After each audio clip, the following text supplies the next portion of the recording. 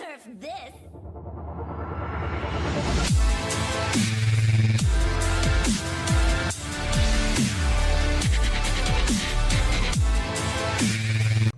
Hey guys, welcome back to Clash with Corey. If you liked the video, don't forget to subscribe to the channel and turn on that notification bell.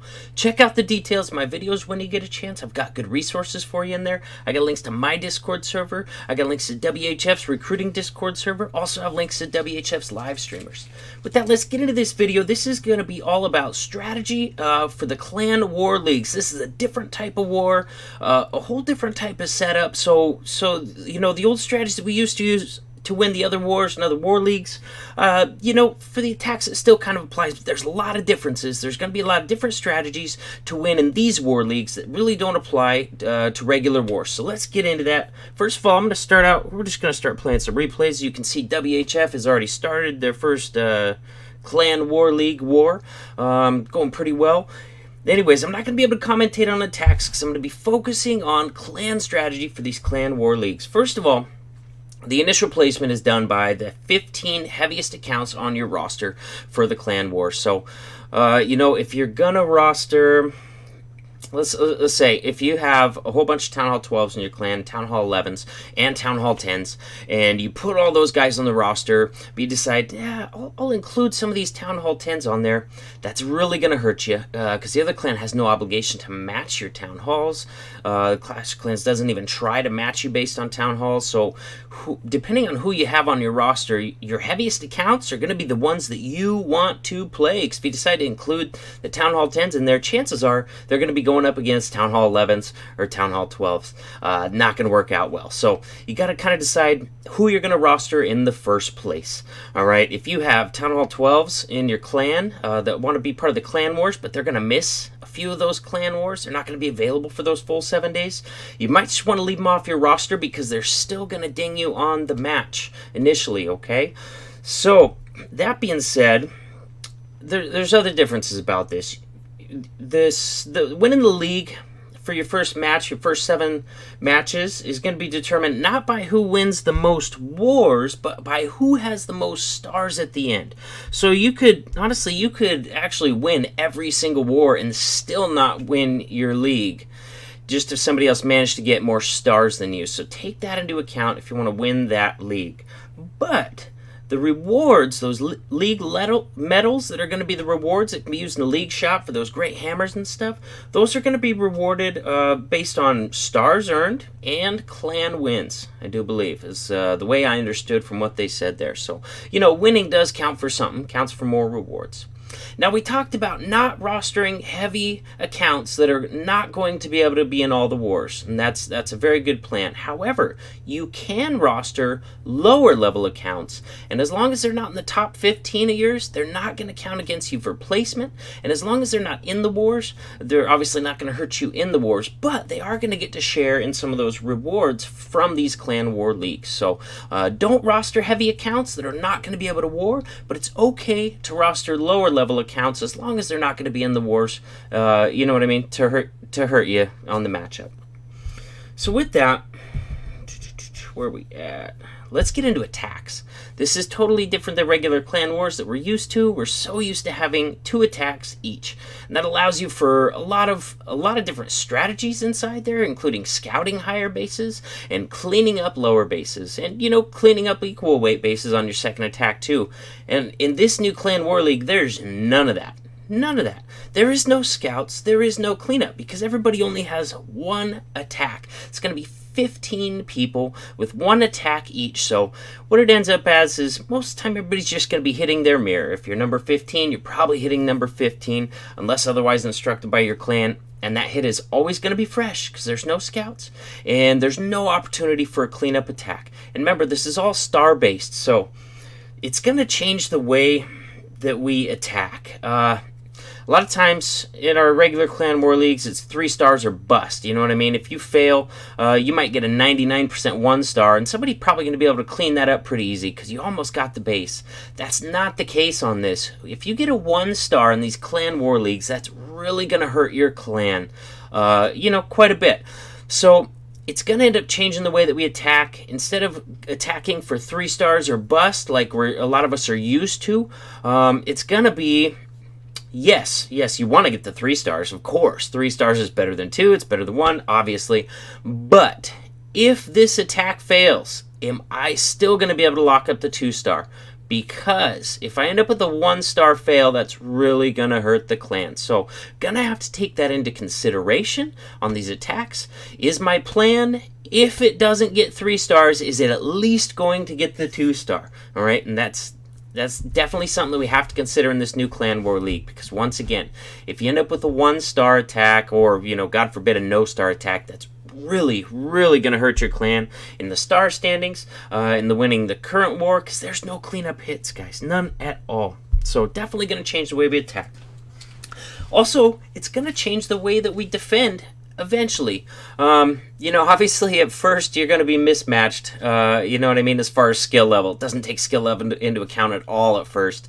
Over time, though, as clans move up that win and clans move down that lose, you're going to start to be a little more evenly matched on skill levels and town hall levels, just because of the way that it's going to go. You know what I mean? The ones that win are going to move up. The ones that lose are going to go down. And over time, over the course of, probably several months, if they're only doing this once a month, you're going to start to get a little more evenly matched. And we're going to see changes in the way that people are defending. I predict that we're going to see war bases made just for these wars. And here's how I believe it's going to look. In the lower leagues, you know what I mean, where you get like kind of the less skilled attackers, I think we're going to see a big resurgence of anti-2-star bases. I really do, mark my words. Only in the lower leagues, so that's the way I think this is going to play out, because they're going to be trying to defend that 2-star against, probably less skilled attackers that are going to have a harder time getting a 3-star on those ring bases. All right? In the higher leagues, that's not going to happen in the higher leagues, because anti-2-star bases are a lot easier to 3-star in general than anti-3-star bases. So in the higher leagues, we're still definitely going to be seeing anti-3-star bases. However, I think we're going to see some adjustments. I think we're going to see the town hall areas a lot more heavily trapped. I think that Tesla farms by the town halls is going to become very, very common in here. You know what I mean? Just to make getting... Well, first of all, because when you enter with the siege machine, in these higher leagues, these heavier accounts, you have to enter in on the opposite side of the town hall. So you're going to have to take care of that town hall at some point, either at the end of the attack or midway through the attack. And having that really heavily trapped and Tesla farmed, it's going to just make it a lot more difficult to lock down the 3-star. And, sometimes it's going to prevent people from getting the 2nd star as well. So those are my predictions on how it's going to go for as defense eventually, as it starts getting evenly matched along the way. For right now, it's kind of the wild west. Like I said, they didn't take skill into account at all. It was just initially placed based on your 15 heaviest accounts on your roster, and they matched that up with other clans who had similar weights and their 15 heaviest accounts. So, just kind of recap, you don't want to put heavy accounts in. I'm talking Town Hall 12s, Town Hall 11s, that sort of thing, if they're not going to be warring. Because if you have them on their roster and they're not going to be warring, you're going to get screwed, all right? However, lower level Town Halls, for example, say you got 5 Town Hall 12s in your clan, you have 10 Town Hall 11s, maybe 20, Town Hall 10s or, something like that, and a few Town Hall 9s at the bottom. It doesn't hurt you at all to include those Town Hall 9s and Town Hall 10s on your roster, all right? As long as the ones who actually do the warring are going to be your 15 heaviest accounts, all right? But having those lower accounts on the roster still, that's going to allow them to actually get some rewards from those games, probably just clan rewards from, the winning awards and stuff. Obviously, they're not going to be earning those medals, or what the heck do they call them?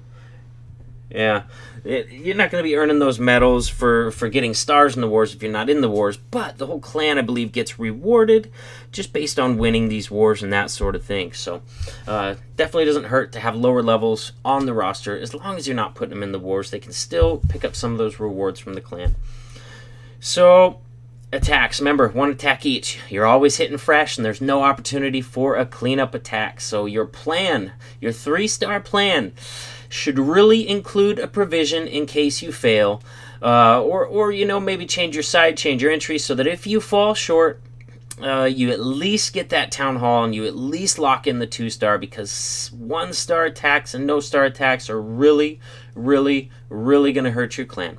So definitely have to take that into account while attacking, and eventually as we become more evenly matched, I think it's going to change the way that we defend as well. We're going to have different bases in these clan league wars than we do for normal wars, you know, at the higher levels, definitely, because it's a different format and there's different ways that you can trick people and defend. You know what I mean? Maybe a lot more deception, since there's no opportunity for cleanup attacks, no opportunity for scout attacks. Deception is going to be more effective. Troll Teslas, Hound CCs, that sort of thing. You know what I mean? Just kind of the unexpected is going to be really a lot more effective because there's no opportunities for cleanup attacks. So with that, let's go ahead and finish up this. Oh, excuse me, guys, for coughing into the mic. Honestly, I'm not going to edit that out because it would be a pain in the butt. I could do it, but it would be a pain in the butt, so I'm probably not going to do it. Let's see where we're stopping right here.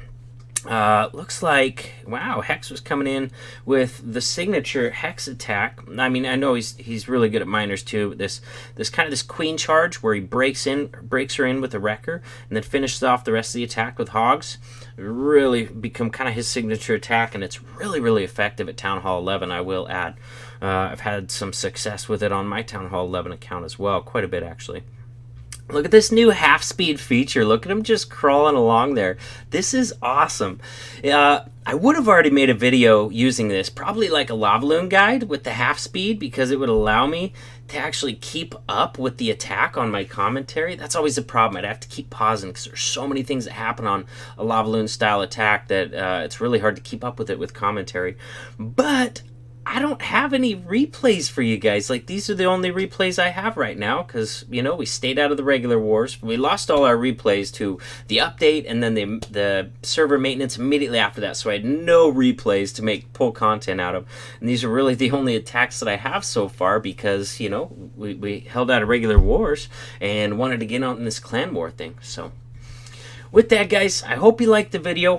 You know, take those tips to heart on, you know, because the strategy for these clan war leagues is going to be a lot different than the strategy you would use winning your regular wars. It's going to take some adjustment, take a little bit of learning, but I hope these tips give you guys kind of a leg up and a head start at being successful in these clan wars. Good luck to you and your clan, and I'll see you in the next video.